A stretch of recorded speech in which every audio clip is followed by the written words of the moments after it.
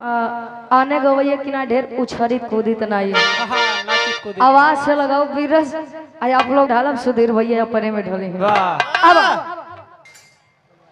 तो जंग जोहर का बजता बिगुल जंग में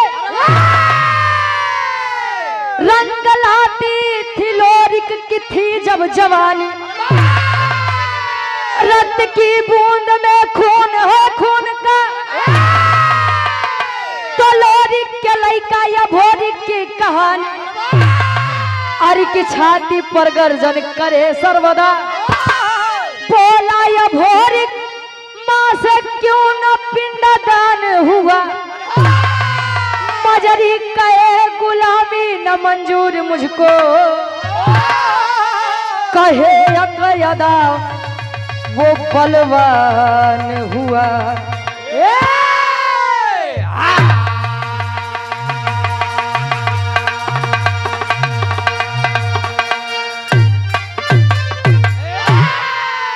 जंग जोहर का बजता बिगुल जंग में रंग लाती थी लोरी की थी जब जवानी रक्त की बूंद में खून है खून का तो लोरी के लइका अभोरी के कहानी ए बाबूजी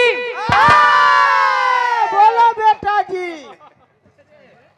दिखाते हमार बाबू बनैला ए भैया वाह तो भाई बगली खड़ा होइए बस इतना ही बड़ा रह गए वाह मौसिया के ना जनाई है अरे तो यारे घर दे बा ए भैया कहा जाता है सदैव इतिहास बगावत करने वालों का गाया जाता है और क्रांति करना जुल्म के खिलाफ आवाज उठाना ये सबके बस की बात नहीं ये खून में होता है अगर चाइला की जाए के कोनो दुकानदारी से खरीद ले तो नहीं खरीद सकता है गढ़गौरा के वीर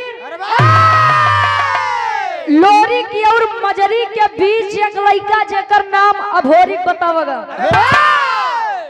लोरी माई दुर्गा के आप लोग जाना था बड़ा बरियार भक्त रहे तनी तनी हम सिखाते हैं ए भैया अपने जंगे का खून दे करके माँ दुर्गा को संतुष्ट करता था अभोरी बाल्यावस्था जब पार किया है जवानी जब चढ़ी है अच्छा पहले के पुरनिया काका दादा हर एक बात कहा है कि जकरे जवानी आवत है तो चोकरत की आवत रही का और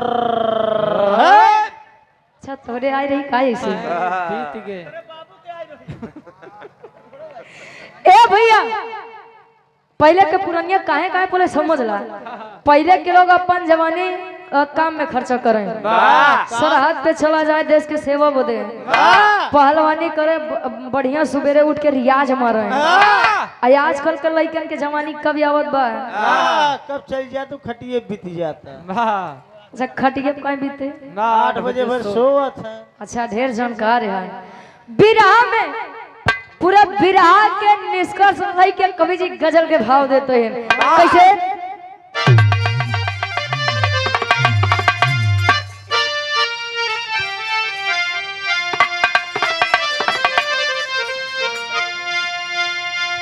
अरे कहाबे में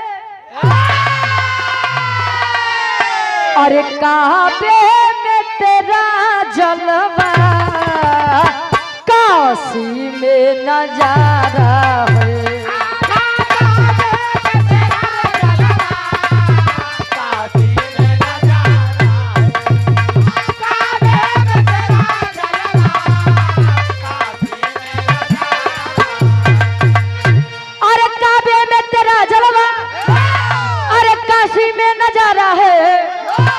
काशी में नजारा है अरे हमें ये भी तो प्यारा है हमें वो भी तो प्यारा है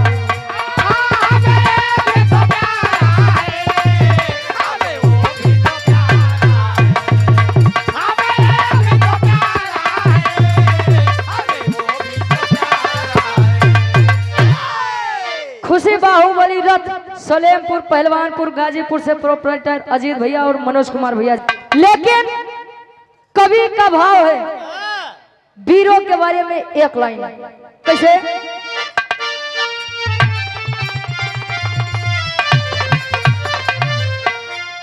अरे गीदड़ की, अरे गीदड़ की टोली में आकर देखो शेर दहाड़ा है।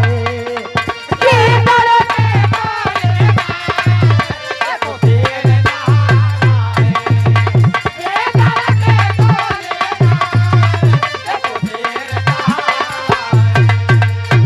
अरे गीदड़ की टोली में अरे शेर आकर दहाड़ा है, अरे शेर आकर दहाड़ा है।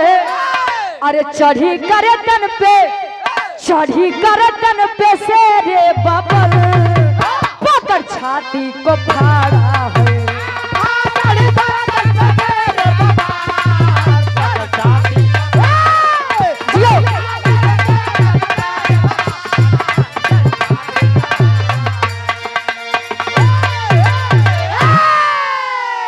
गीदड़ की टोली में आकर देखो शेर दहाड़ा है।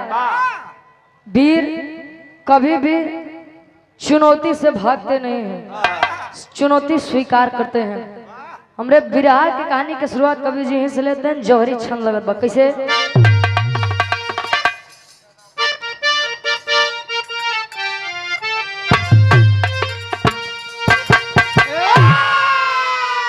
अरे तय दिन माता मजरी से भोर के आके बोला, कब से तुम हो ना सोए, अरे अब तो अखियां खोला। थे पिताजी मेरे सानी, तलवार हाथ में साजे, कहने जिनके माँ दुर्गा, अरे माता रही विराजे। अरे जंगल में जाके लड़ते से बहे पसीना, अरे समरजंग के यमन मुश्किल करते थे जीना। न वीर चुनौती सटे, जो सटे वो है कमीना। जियो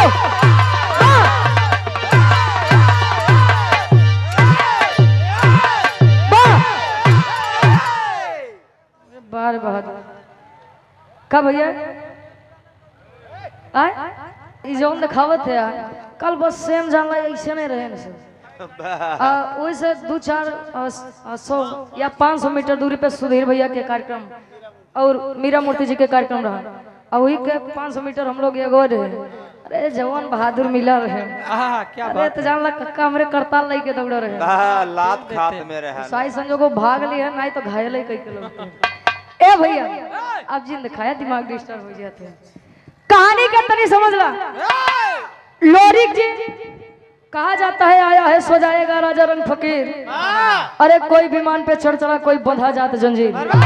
जो आया है उसे जाना है, चाहे 4 दिन आगे, चाहे 4 दिन, चाहे 4 दिन पाछे। राजकुमार राजन और आप विराह सम्राट, आप गुरुजी। लोरिक जब इस संसार को छोड़ के गया तो लोरिक के लड़का या भोरी माई दुर्गा के पूजा पाठ विनती आराधना वंदना करे, लेकिन माई दुर्गा प्रसन्न न हो। एक दिन मंदिर में बैठ के मस्तक टेक के विलाप कर रहा है, माँ ए माँ, मेरे पिता लोरिक आपको सदैव खुश करने का काम किए हैं। मैं उन्हीं का बेटा या भोरिक हूँ। ए माई जब से जाने ला भाई, समझे ला भाई, आपके पूजा आराधना वंदना करत है, आखिर हमारे ऊपर काहे दया दृष्टि नहीं बनावत है। माँ दुर्गा प्रकट हुई, बता रही कि अरे बेटा क्या बताऊं मैं तुझे, तुहार बाबू लोरिक इतना बड़ वीर रहे, और तुम जैसे वीर के रहते हुए भी तुम्हारे पिता का पिंडादान नहीं हुआ। बहुत शर्म की बात है। जाई के इतनी बतिया जब अपने माई मजरी से पूछे, मजरी माई बतावत है कि चढ़ावे के तो चढ़वाई दी, पिंडादान करवाए दे, लेकिन पिपरी के राजा सुरपति जवन बा ये किसी को पहला पिंडदान नहीं करने देता। और जब सुरपति के नमो सुने तो अभोरी वीर जवान खड़ा हुआ और अपने माई से कहा बा कैसे, एक लाइन गीत लगत बा।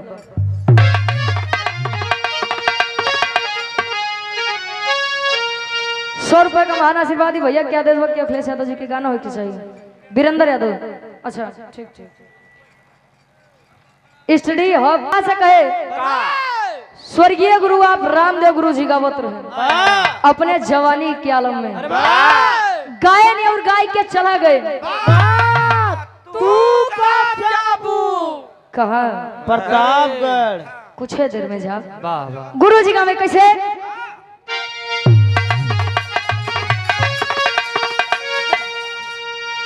अरे झूलनी पे उड़ानी,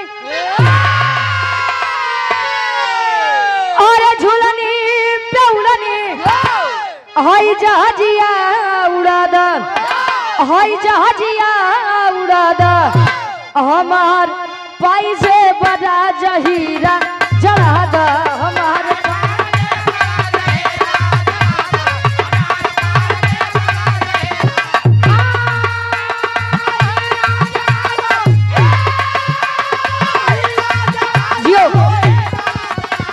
हमार पाई से बड़ा जहीरा जड़ादा।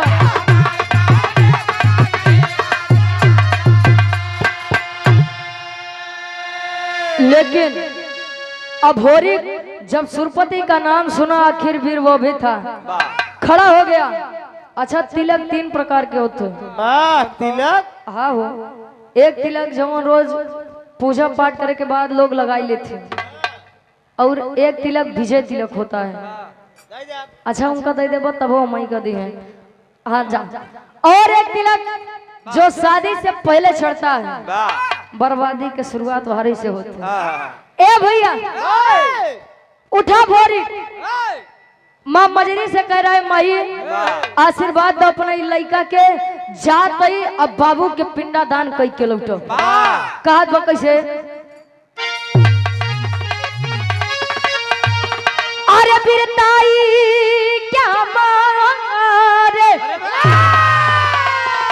अरे बिरताई क्या हमारे अब हाय तिलकिया लगावा, हाय तिलकिया लगावा, हमार माई हम करण में पठावा।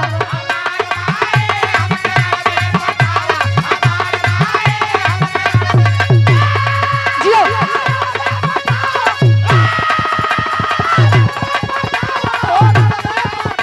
हमार माई हम करण में पठावा, हमार माई। कहे बढ़ल गुमान बाटे, अरे दुश्मन के भारी, तो मिटाऊ खानदान बाटे पूरी तैयारी।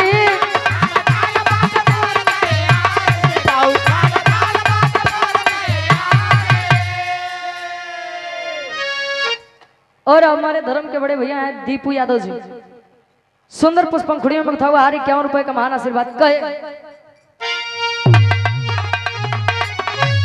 अरे तम मता के अपने, अरे ममता के अपने पीर दिया जगावा, हमार माई हम के रण में पठावा।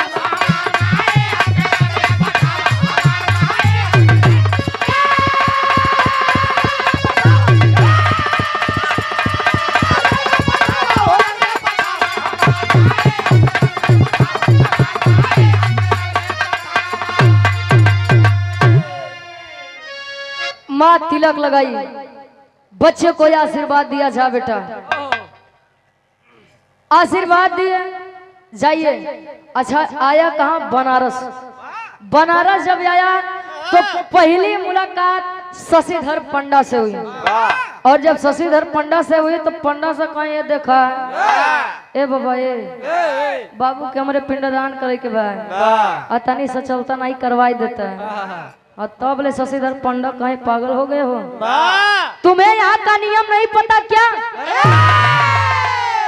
कहे काहे कहन पिपरी के राजा सुरपति जबले पिंडदान न कह दिए अगर पिंडदान करे हो तो पहले उनसे युद्ध करो उनका पराजय करो तब आकर के पिंडदान की बात करना।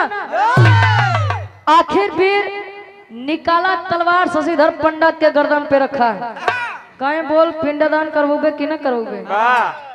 अब शशिधर पंडा सोचत बरे यार आगे कुआं पीछे खाई कोने कहती जाई कहे अगर पिंडादान न करवाओ तो ही मार दे और पिंडादान करवा दूंगा तो सुरपति मार डालेगा।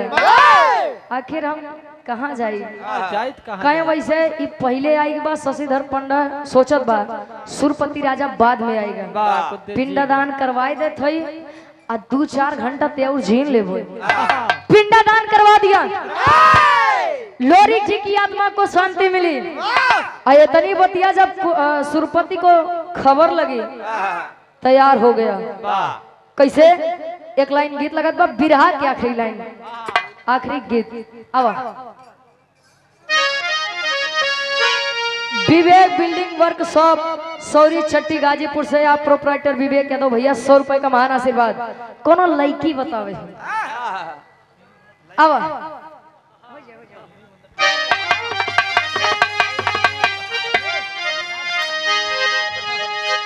अरे जवानी जंगी जूझे जमके अरे जवानी जंगी जूझे जमके तो लोरिक पूत अभोरिक कहे मिटाओ हमके अरे हो हमके अरे हो हमके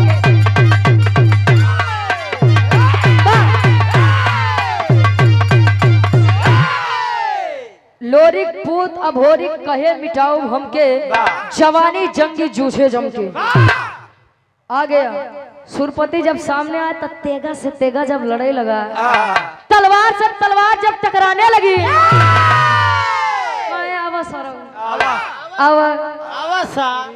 तोरे चक्कर में बाबू हमारे इतना दिन आत्मा उनकर भटकत रही तोहरे बाबू का आत्मा अभोरिक के बाबू की आत्मा ए बाबू अभोरिक जहाँ पर तेगा तलवार चलाते जहाँ धनुष बाण चलावे तो सैकड़ों सैनिक वैसे न धराशायी हो जाए और कितना तो सोचे रे यार लगाता ही भोरिका छोड़ी ने बोरिका नहीं भोरिक यानी अभोरिक ई छोड़ी ना केहू जमीनी में लेट जाए ऐसे हो जानी जाए कि मुर्दाबाद छोड़ के चला जाए तब ले सामना सुरपति से हुआ।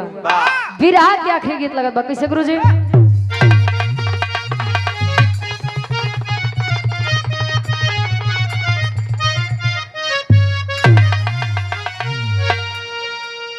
सासु मारे तनवा अरे सासु मारे तनवा हई न नदिया मारे तनवा रे तनवा हई हो मारे तनवा हई हो मारे ता हमरे भैयन के सरवा तनवा हई हो मारे हमरे भैयन हई हो मारे हमरे भैयन लेकिन समर में युद्ध चल रहा है सुरपति और अभोरिक के बीच। कैसे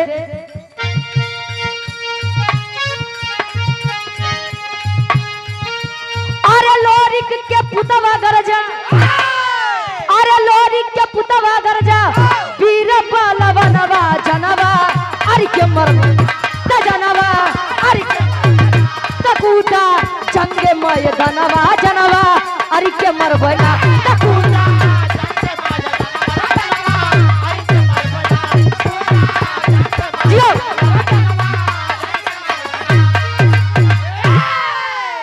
लोरी के पुतवा गरजा वीर बोलवनवा जनवा यार के मरबना तकूदा जंगे मैदानवा जनवा यार के मरबना। सुरपति और अभोरिक में जब सामना हुआ सुरपति जहां सबसे विजय पाता था वहां अभोरिक से हार गया और अभोरिक ओकरे मोहे में करिखा पोत के गदही पे सवार कई के अरे यार बोले देखो तोरा सवार करके ज्योतलाल सिपाही जी सोरी गाजीपुर से इस भाव का सम्मान करते हुए 500 रुपए का महान आशीर्वाद। ए भैया बनारस के ऐसा कोनो गली नहीं बची जहाँ ये भोरी सुरपति के गधा पे बैठाई के दौड़ाए न रहा हुई। अच्छा धोबी घाट छोड़ के आज जब घुमावत बा तो सुरपति के एक बिटिया जेकर नाम केवला पतिया बताया गया। अब केवला पतिया एक नंबर के जादूगर नहीं रहे। अब भाई अभोरी के बेरताई के बारे में तो सुनी ही थी, अब देखना चाहती थी और मन ही मन में अभोरी से प्रेम करती थी। आई शशिधर पंडा के पास पूछने लगी सारी बात, आखिर मेरे पिताजी का ये अपमान किसने किया। शशिधर पंडा बताते हैं पहापट के भाव में कवि जी लिखते हैं कैसे।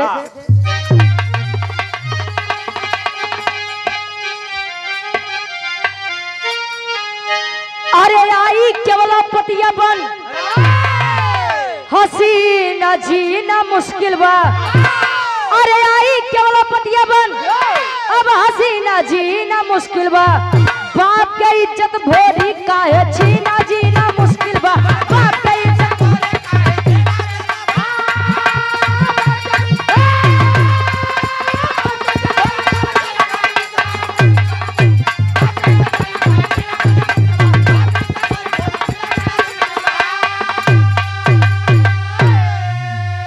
अरे जादू चलाई दी होली सुगना बनाई हो तो पिजरा में कैद कई के भवन में लेके आई हो। अरे कहे कुंवारी जी अब नहीं तोहरा बिना जीना मुश्किल बा। तब बाप के इज्जत भोरी काहे छीना जीना मुश्किल बा। स्पीकर अमन अंसारी यूट्यूबर रेकवारे डीएमओ केवला पतिया आए जब अभोरी के देखे बैठा बारे सुंदर वो सुंदर चेहरा देख के दाढ़ी मोछा नहीं बा एकदम चिकन। ए भैया अब यार अभोरी के ऊपर मुग्ध हो गई। अपने जादू से अभोरी के सुगना बनाई के पिजरा में कैद कई के पिपरी वापस आ गई। अच्छा दिन में तो सुगना बने लेकिन रतिया में अभोरी के फिर से होकर पुरुष वाली शरीर वापस कर दे। जबरदस्ती प्रेम करना चाहती थी लेकिन अभोरी बोले नहीं नहीं नहीं ये मेरे शान के खिलाफ है। मैं मर्द हूँ। अच्छा बाकी सब ए भैया अभोरी कहिया मेरी शान के खिलाफ है। तुमने धोखे से मुझे सुगना बनाया है और तू चाह दिया कि हम तो सिर्फ प्रेम करें। कदापि नहीं हो सकता। गद्दारी नहीं बर्दाश्त कर सकता। कहीं जा तो के मिलत बा तो के अटकत बा आ दुनिया ही पे मरत बा।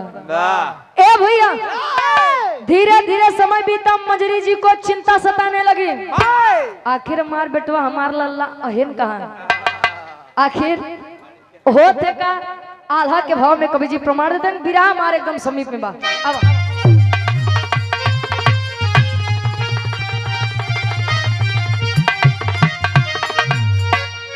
अरे तेरे प्याली मजरी माता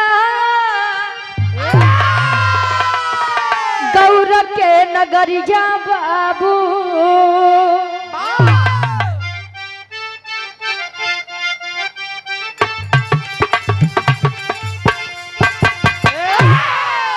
देवराई चनराई के दियाली पठा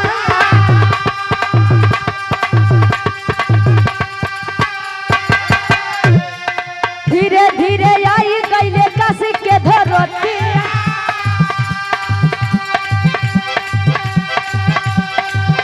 अरे शशिधर पंडा हो गईले बेटा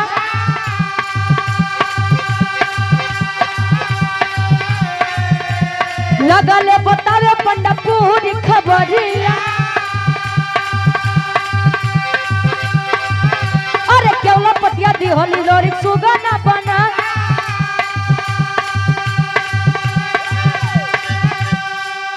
अरे तो जमनी के बुलाई ली होले अब दोनों रे बिरवा तो झूमी झूमी जोगी बन के भजन दिएगा।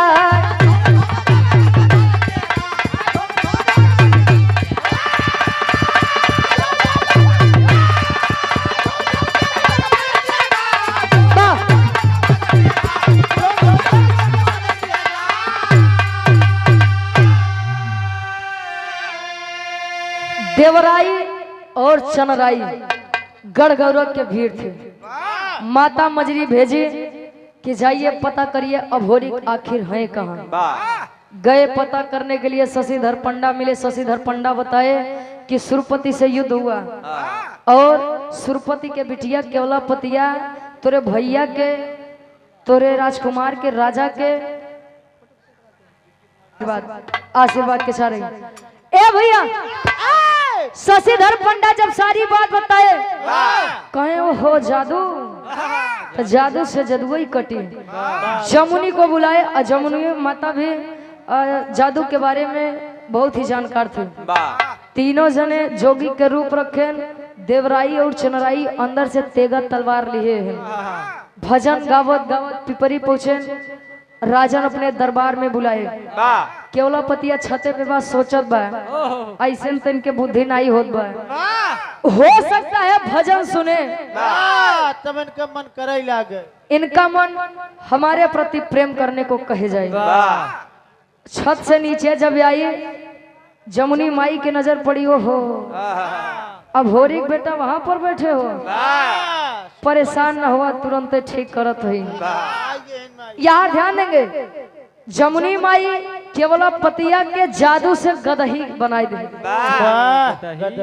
हाँ हो गदही जब बनाई यार पुनः अभोरी को उनका पुराना शरीर वापस करे। इतनी बतिया जब सुरपति देखे कहीं लागत बा गलत आदमी से पंगा ले लिए। जाई के जमुनी जी के गोड़वा पे माथा टेक के रोवत हैं, बिलाप करत हैं। कैसे खड़ी के भाव में कवि जी लिखत हैं।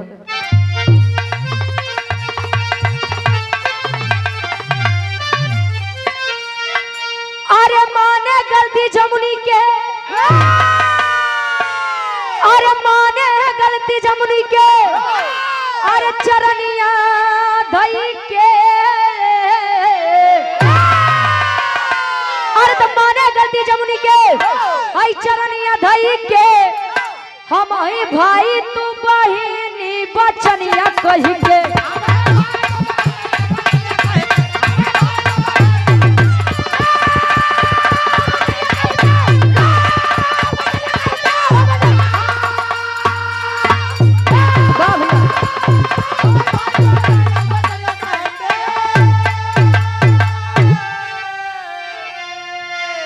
जा करके मस्तक टेक के रोने लगा। बहने ए हमार दीदी हमरे एक कई बिटिया बा, बड़े प्यार से पाले पोसे एक छोड़ दा। और इतनी बतिया अभोरी जब सुने तो तलवार निकाल के जैसे सुरपति के गर्दन पे रखे। सुरपति कहे माफ कर दो बेटा, मुझे गलती हो गई मुझसे। कहे तो है ना छोड़ा, तुम्हारे ही चक्कर में मुझे सुगना बन के इतने दिन रहना पड़ा। मजबूर हो गया था मैं, तो है ना ही छोड़ा। तार काट ले का गर्दन पूरा बोला कर। ए भैया अब यार जब इतनी बतिया माई जमुनी सुने कहे बेटा भोरी, बेटा भोरी बोलो माते। ए हमारा लल्ला तीन तमाचा मारा। ए भैया कहें बेटा पहले मेरी बात सुनो। कहें का कहें कि आदमी की शान मार दो, जान त्यागने की जरूरत ही नहीं पड़ेगी। जे पानी धार मर्दबा ओकरे खातिर काद बटे, जेकरे इज्जत बा ओकरे इज्जत पे वार कह दो, वो अपने आप सरों से सर झुका लेगा। इतनी बतिया जब माई जमुनी समझावत है। ए बेटा ये भोरी एक करे गलती के पश्चाताप हो गई के छोड़ दा। कहे माई एक छोड़ब एक शर्त पे कहन का कहे ने कर जौन बिटिया बा केवलापतिया मेहरारू बने तब।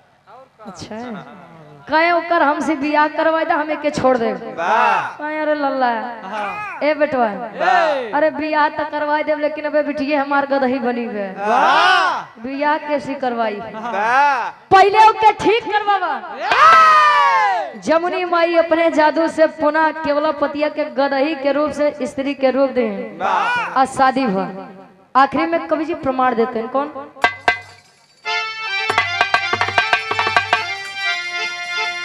अरे केवलापतिया भोरी के हो गई तब शादी हो तो शिव भोरी को पैदा भइले पिपरी मिली आजादी हो।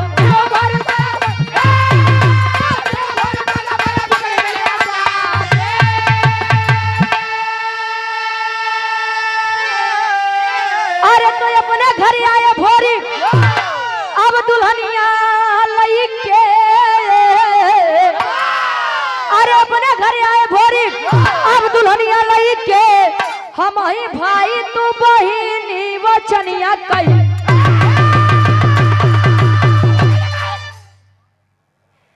केवल पतिया भोरी के हो गई शादी, शिव भोरी पैदा भइले पिपरी मिली आजादी।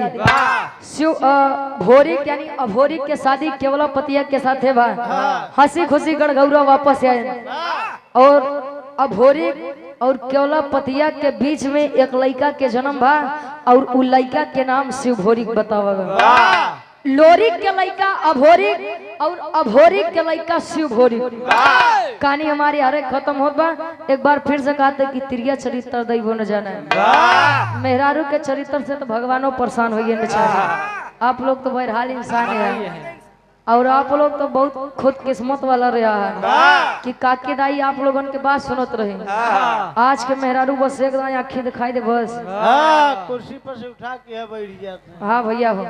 आखिरी में खानदान के परिचय बा। गुरु बिहारी, गुरु गणेश, गुरु रामलाल मुर्बा का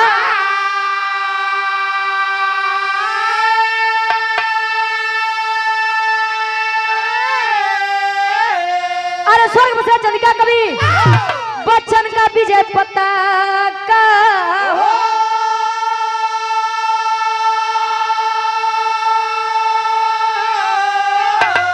अरे जवानी जंगी जूझे जमके तो ग्वाल वंशी रुचि बरी का नापे पानी। जवानी जंगी जूझे जमके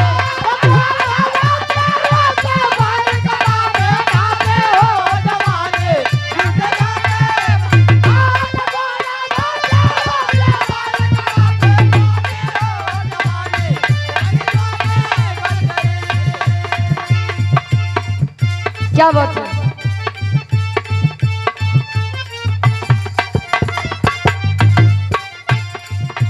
देख तेरे संसार की हालत, देख तेरे संसार की हालत क्या हो गई भगवान। कितना बदल गया इंसान, कितना बदल गया इंसान, कितना बदल गया इंसान।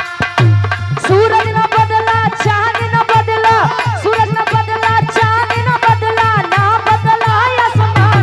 कितना बदल गया इंसान, कितना